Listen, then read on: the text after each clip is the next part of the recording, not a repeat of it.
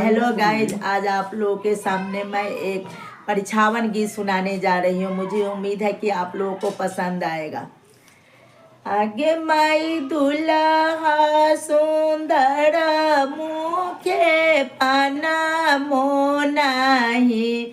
आगे माई दुल्हा सुंदर मुखे पना मोनाही। आगे माई रानी कौशल्या के लाजो नाही। आगे माई रानी कौशल्या के लाजो नाही।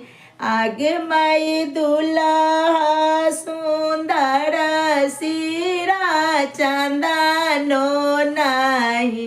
आगे माई दुल्हा सुंदर सिरा चंदनो नहीं। आगे माई रानी कैकैया के लाजो नहीं। आगे माई रानी कैकैया के लाजो नहीं।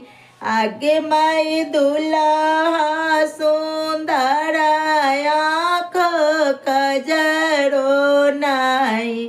आगे माई दुल्हा सुंदर नैना कजरो नहीं। आगे माई रानी सुमित्रा के लाजो नहीं।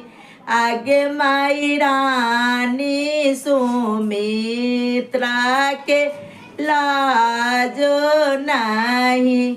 धन्यवाद।